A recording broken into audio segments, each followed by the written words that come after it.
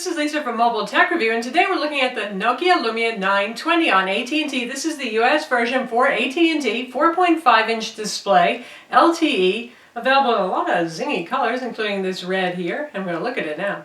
So here it is, probably the most anticipated Windows Phone 8 smartphone, the Nokia Lumia 920. It's available now on AT&T for just $99 on contract and $449 without. And if you're one of the early adopters, you'll get a free charging mat because this has, well, basically a charging mat that you can put it on, so you can charge it without having to plug in the charger to the USB port that's on the bottom right here. And you can see there's a micro USB port surrounded by little stereo speakers. So clearly it's running Windows Phone 8, which is the latest greatest operating system from Microsoft for smartphones, and we see a lot of improvement here over Windows Phone 7, which we were pretty bullish on. We liked it a lot, but definitely some refinements here, including things like, you can see these little quarter-size tiles right here. Now you can resize your tiles to be quarter-size, to be full-size, to be regular size, and we have an excellent 4.5-inch display here. Really nice color saturation, good rejection of reflections. Very, very bright, and the automatic light sensor works so nicely on this that I haven't once fiddled with the brightness on. I've just left it on auto bright, and it's always been just what I wanted in a variety of settings. The display resolution is also much improved over the 800 by 480 we saw in Windows Phone 7, and this is 1280 by 768, so quite capable, quite comparable to anything you're going to find on Android, for example. Not quite the high pixel density you're going to see on the iPhone 5's Retina display, but pretty darn sharp and clear.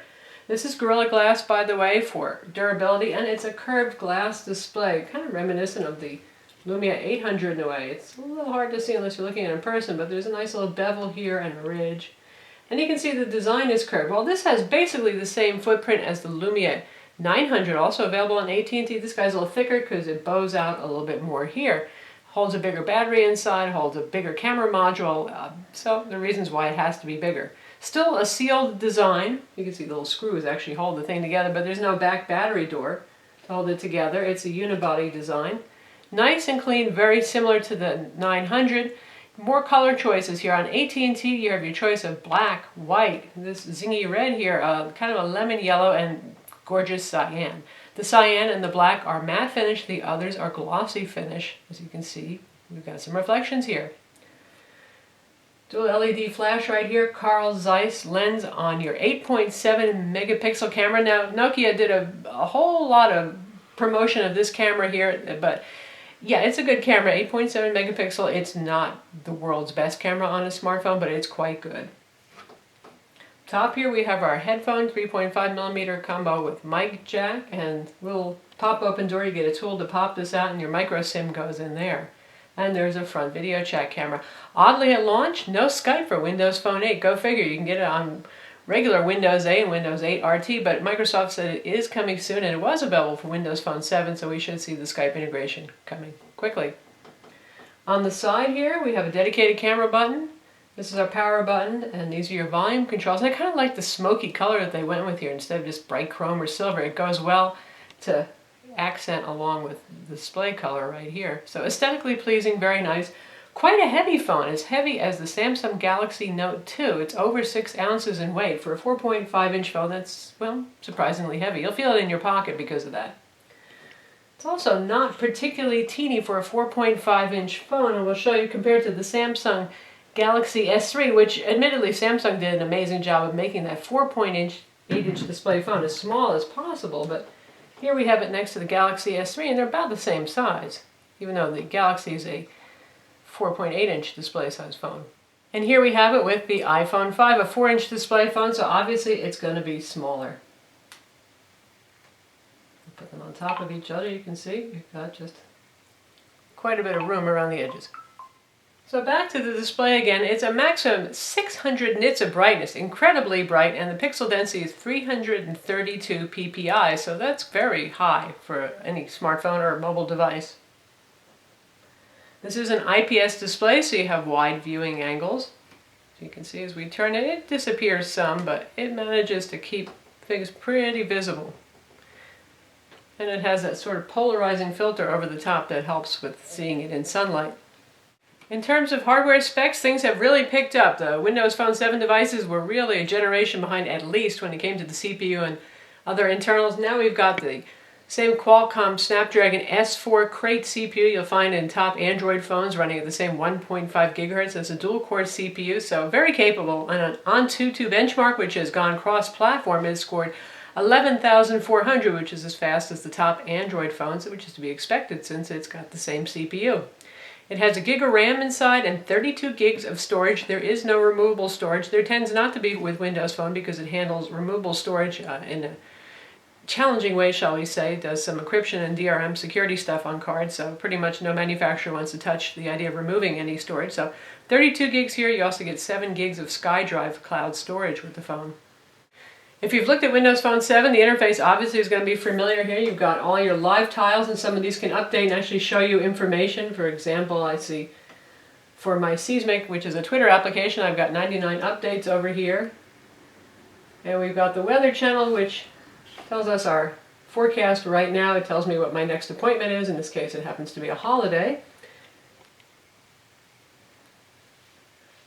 And new social networking items, because we have the same integration here with Facebook and Twitter that we saw in Windows Phone 7. And that's really one of the delightful things here. So I can see the last thing that I shared on Twitter, complaining about the fact I have a little virus right now. Oh well. I can post an update, I can check in somewhere, I can swipe sideways and see what people have been tweeting and Facebooking at me, what's new in general, and more sharing stuff. So the social networking integration here is pretty darn nice.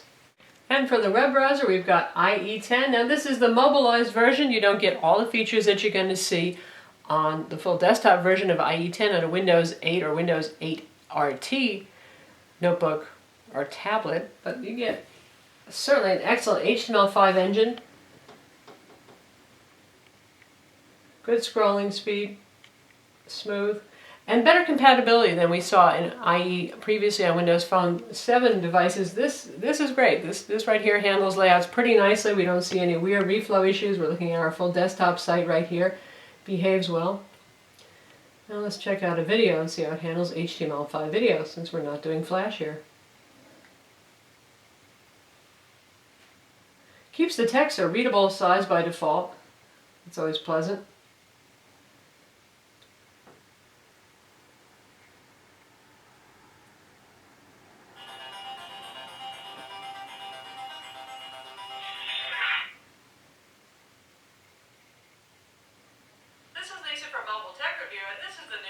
Plays just fine, looks smooth, nice and sharp, reasonably good volume. Right. 2/3 of volume right now. One thing that didn't change with Windows Phone 8 over Windows Phone 7 that drives me crazy is there's monolithic volume control. That means when you want to control volume for multimedia playback, you use the volume keys here, and that also changes your ringtone volume. Now how do you get to all of your applications? Just swipe this way and here's a list of all applications. If it gets too long, they'll start to be represented by letters of the alphabet and bulleted out. And you can see the apps that are pre-installed here. Now I've downloaded some, but we have several AT&T apps like Code Scanner, which is a square barcode scanner. It's pretty handy. Family Map, AT&T Navigator, if you want that navigation, AT&T Radio, AT&T Uverse. Now what if you don't want some of these bundled applications? That's the sweet thing about Windows Phone. The rule is that anything and everything that you don't want can be removed. So I can either pin it to my start menu or I can uninstall it. Bye. Gone. Now if I wanted it back, I could download it again from the Windows Marketplace store.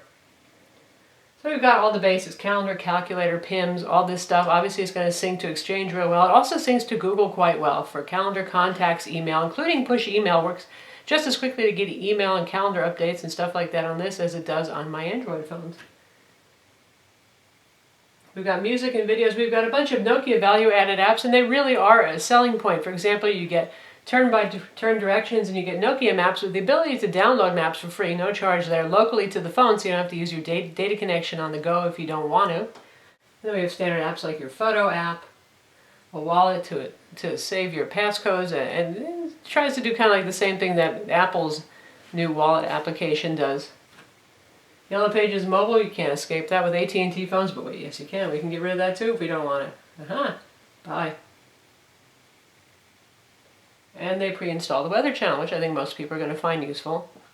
And I've downloaded SkyDrive. It was not pre-installed, but it's a handy way to cloud store things. And by the way, this can sync to to the cloud. You can back up your settings there, and you can have photos automatically synced to SkyDrive. Now that's your own personal section there. It doesn't mean everybody in the world can see your little SkyDrive photo storage unless you want them to. So that's a handy way to keep things in sync. And if you have a Windows 8 device, and we've been testing several of those using the same account, then photos that you take with your phone are actually going to automatically appear in the Photos app on your Windows 8 laptop or tablet. Pretty cool. We've got handy dandy little live tiles already set up for SMS messaging. This is the marketplace we'll show you in a minute, and our email, which takes you to all your email accounts, and also you can create live tiles like I have one here just for my Google Mail, so you can just check mail individually, and this will update and show you a numerical count in case you get new mails in. We also have Nokia City Lens here, which is Nokia's augmented reality application. Kind of cool, kind of creepy at the same time. Local Scout, that's been around since Windows Phone 7. That tells you about things that are happening in your area, restaurants you might want to eat at, concerts. You can choose the kinds of things that are of interest, amusements, carnivals, you name it. And we have Office here, and you can see I can either look at documents on the phone, open email attachments, go to SkyDrive, or use Office 365, and you can create your own new documents. So we'll take a look at a sample document here for Word, which is a pretty rich document. And this has very basic editing. This is not like Office 2013 on RT tablets or full Office 2013. You get to type, you get to put in some pictures, some basic formatting, but it certainly gets the job done, and you have maximal compatibility since it's made by Microsoft. So that includes Excel, PowerPoint, and Word. And here we're looking at the Microsoft Store for application. Again, it's largely the same as on Windows Phone 7 for those who've used it, and it's customized here with Nokia and AT&T stuff since this is a AT&T Nokia phone. And we have various subtypes we can look at here, and you can browse what they're recommending right now, things I think might be cool in various genres. And there are about 100,000 applications right now on the store, which is pretty impressive for a phone that has certainly less than 10% of a worldwide market share right now. But you're going to find your staples are there. We got Netflix, we have bandwidth testers, we have social networking like Facebook with live tile updates. So there's a good amount of stuff here, but you're still not going to find obviously everything that you would on an Android or a iPhone device right now. Now, really this is going to depend on how much traction this gets as a platform. When it comes to Windows 8 itself that runs on desktops and notebooks, we have faith that a lot of stuff is going to pop up because so much of the world uses Windows machines. But when it comes to phones right now, obviously their market share is small, so some developers haven't jumped on board. There's certainly enough here to keep you busy, but some of your favorite apps might not be there. And I would suggest you take a look at Microsoft's website and see if you can do some research if you have some absolute killer apps you have to have. One place where the phone does do well is with gaming, thanks to their whole Xbox initiative. But still, some of the games that are real popular right now, like Dead Trigger, you're not going to find on Windows Phone. But you're going to find some other titles that you might not find on iOS or Android either. You can see we've got a couple of games installed already, like Civ Revolution, Sonic 4, Assassin's Creed, Age of Sorcery. And you can browse for games in various categories here. Xbox compatible games for syncing your information, collections, top free games. And we'll look at action and adventure and see what's there. And we have Angry Birds. There's a real action-packed game in it, but it is popular. Fruit Ninja, Gun Brothers. I love Katamari. More Angry Birds, Fragger, Fusion. So there's some very nice high-quality games here, even if they're not quite the same ones that you're going to find on iOS and Android.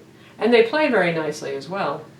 That's what really helps. Just like with the iPhone, when the manufacturer controls a platform very tightly, you can get a very good experience out of the hardware.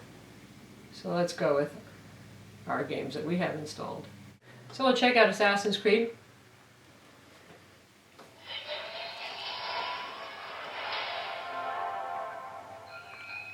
Game looks pretty good, even though it was originally designed for 800 by 480 resolution devices. It still looks pretty sharp. There's a nice cutscene. Pretty good speaker on this. Very nice sound with headphones, by the way. I'll skip through the rest of that.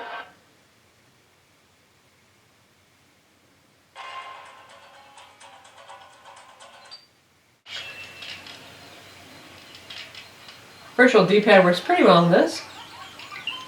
Whoops. But still, can ram into a spike every once in a while.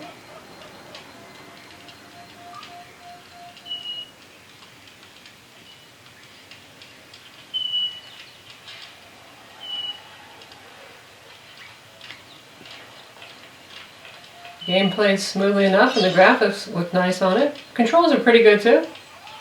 Well, this is a tough bit right here.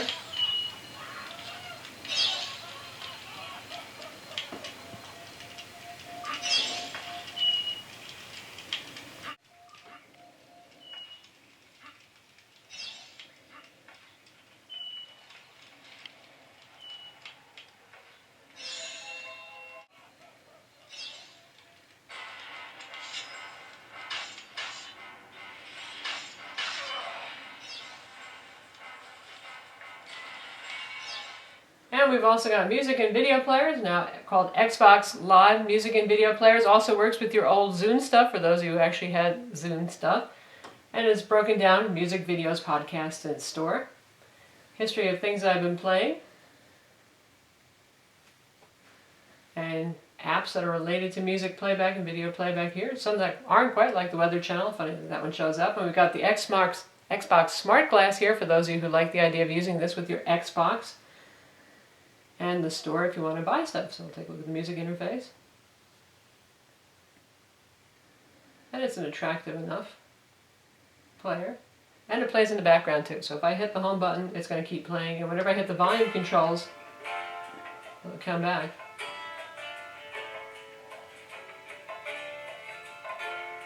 There we go. Stop it as easily as that. Start it back up. And if you want to check out videos, we're going to check out our Avengers. This is a 1080p trailer. Really, really nice screen. Just a pleasure for watching video. Nice color saturation, super sharp.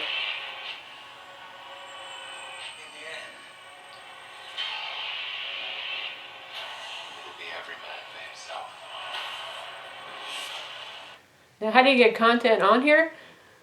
Obviously, you can use SkyDrive, you can use cloud services, anything. If you do use Xbox services, you have Xbox Music or videos or your Zune stuff, you can get that off of the cloud as well. And you can just use the USB cable. There's a Windows Phone connector for Mac, for those of you who use the Mac, and that syncs with iTunes playlists and music, anything that's not DRM'd in iTunes. I found that to be a little hit or miss, a little bit flaky. I had more luck with Windows Phone 7 devices, probably a little work to be done there. And on regular Windows machines, you can just plug in the USB cable and use Windows Explorer, or you can download their syncing little app that helps you sync to iTunes if you actually have iTunes content on there. So it's pretty easy, and you do have access to the file system now when you plug it in via USB. You see folders for music, for videos, for photos. So you can get your photos on and off just by plugging in the USB cable now too. And for those of you who aren't familiar with Windows Phone, by the way, we have 3 buttons down here. That's a standard requirement.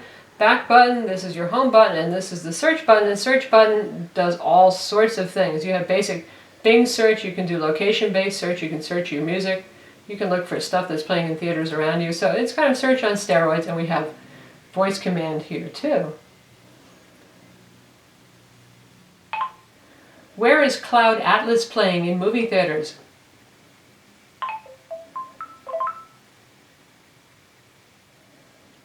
And we get Fandango results for finding movie. Voice control on this works pretty well in voice command. It does a reasonably good job of hearing. Call quality on the phone is good. In fact, I would call it very good. Not quite as sharp and clear as the Samsung Galaxy S3 though on AT&T. Voice is very full, not quite as sharp with the high range in voice calls though. Very large, easy to use dialer. You also have access to your call log and to your contacts from within here, so definitely easy to use. And data speeds on the phone have been good. Now, previously with Windows Phone, sometimes your LTE connection wasn't everything it could have been in terms of data transfer speeds, and there still aren't a lot of bandwidth tests available for this. There are a couple, but we are seeing speeds that are similar to our iPhone 5 and Samsung Galaxy S3, and in terms of actual page load times, it's very quick. The SunSpider JavaScript test is scored 911. Lower numbers are better. That's absolutely astoundingly excellent. That's right up there with the iPhone 5 that scored 922, and about twice as good as a lot of current popular higher-end Android phones that are scoring around 1800. And you can see here we have an internet sharing option, so you can use this as a Wi-Fi based mobile hotspot for your tablet or your notebook computer.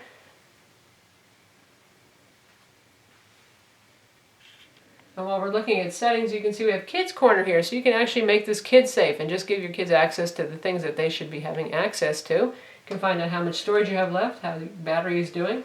You can set whether it backs up to the cloud or backs up, not backing up to the cloud. So here you see you can back up your app list and settings, your text messages, and your photos to the cloud. And the rest of the stuff's pretty standard. Brightness, keyboard, sound, ringtones. A lot easier to get ringtones on here than it used to be. You can just pretty much drag any song over and turn it into a ringtone now. And of course for themes, if you don't like the tile color that you've got there, though, you might feel like you should be matching the color of your phone a little bit, but let's switch over to red to match our phone. Simple as that. So, red tiles now. When it comes to calling, if there is anybody that you call a lot, you can actually turn them into a live tile, and it'll show you cute little picture of their face, and also when you tap on that live tile, it'll show you the last Twitter or Facebook entry that they've made and other things you can do, like email them and so on. The phone also has dual band Wi-Fi, 802.11bg, and Bluetooth 3.0, obviously a GPS, that works with Nokia Maps and with AT&T Navigator. You get turn-by-turn direction with those, and Nokia Maps is free, and it actually works pretty well. And it has NFC as well, and it comes with one NFC smart tag. So the way those works is you set up an NFC interaction, and whenever you put the phone on the tag, it does what it's supposed to do. So say you keep that on your bedstand and you tell it to go into silent mode, it'll do that. And now we're looking at the camera here. Nice sharp viewfinder. I really can't get over how nice the screen looks. So to launch your camera, you just press and hold the camera button. It's as easy as that. You don't have to worry about finding your little icon or anything like that. You can switch to video mode up here. You can shoot 1080p video. You can switch between which camera you're using, control your flash. Get to more settings over here. Scene selection, close-up, night portrait, sports backlight, ISO, exposure, white balance, aspect ratio 16:9 by default, and focus assist, which is on, and we're going to leave it on. So you can tap to shoot and focus, or you can use the two-stage shutter button. Pretty stiff button there. I find it a little easier to tap on the screen myself. And there's the last picture we took just by hitting the back arrow. And we can get back into the camera just by swiping in the other direction, which is pretty cool. Now we're switched to video recording mode. And record some video. And here's an exciting video that we shot. Good looking video. It does particularly well with low light shots. I notice evening shots look quite nice. You get blacks, but you also get some colors, and lights, say street lights and things like that do show up well. Again, it may not be the very best camera phone ever made, but it's quite nice, and it certainly holds its own against the Samsung Galaxy S3, the Note 2, and the iPhone 5. The phone has a 2000 milliamp battery that's sealed inside, and interestingly, Nokia claims 9 hours of talk time on 3G and 7.5 on 2G. Go figure. Usually, the faster the data technology, the less time you're going to have. We found that I have no trouble making it through the day with this phone, usually a day and a half with moderate use, so it's holding up just quite nicely. Certainly it's going to be comparable, I would say, to the iPhone 5 and maybe a little bit better battery life than my Samsung Galaxy S3. The Lumia 920 certainly compares nicely to the HTC 8X, but that phone costs twice as much on contract with AT&T, unless you go for the pared down 8 gig storage model. And with Windows Phone, if you're buying it for the spirit of Windows Phone, which is to say nice music and video integration, you want to carry a lot of content, 8 gigs is just not enough. And obviously you're going to have less because the operating system and associated files take up some space on it. So yeah, I think this is going to sell a lot more over the 8X. Personally, I would pick this over HTC's offering. We will have a video review of that phone as well. For 99 bucks, man, this is a lot of phone with nice high-end specs, a beautiful display, good LTE speeds, very nice browser. The only caveat is still that 100,000 applications, well, that's a lot of apps, but it's not as much as you're going to see for Android and for the iPhone. If the apps that you're interested in already on the phone, the features and functions like the video player, the email support, the GPS and stuff, then that's great. And if the downloads are good for you, certainly Xbox games is a nice selection. That's fine. But I would say look around, visit Microsoft's site and see if there are any particular apps that you really care about, whether they're here. We have things like Evernote on board, I've got Netflix, so the things that I mostly care about are available right now. Another nice thing is if you're into Windows 8 and you've already gotten yourself a new Windows 8 laptop or desktop or tablet, the integration is very nice for content, for things like just having your music, your photos, and your videos showing up on all devices very easily without having to get geeky and set up syncing or use USB cables if you don't want to. Certainly nice. It's great to see a third operating system also as an alternative, because Android and the iPhone have pretty much dominated for several years now, and Microsoft's clearly working hard on it. A lot of improvement here. More features on this phone, things like your internet connection sharing, more customizable home screen access to storage via the USB cable if you want to have that directly. All good steps in the right direction. A very pleasant phone to use, very easy. It's similar to the iPhone in the way that it is just very easy to use. I think you give this to anybody and they would just play around with it and get the idea of how to use it. Probably more friendly for most people than Android is if you're thinking about getting this phone for a newbie. But the nice thing about this compared to the iPhone is that you do have a somewhat more customizable interface. You have these live tiles. You can choose what's presented on your home screen. Many of them do update and give you information at a glance without having to tap on an icon and go into an app, though the iPhone's new notification center goes a long way towards helping with getting some key updates available. So that's the Nokia Lumia 920, available now on AT&T, $99 with contract, one of the first Windows Phone 8 devices, and arguably one of the very best. I'm Lisa from Mobile Tech Review. Visit our website for the full review, and don't forget to subscribe to our YouTube channel.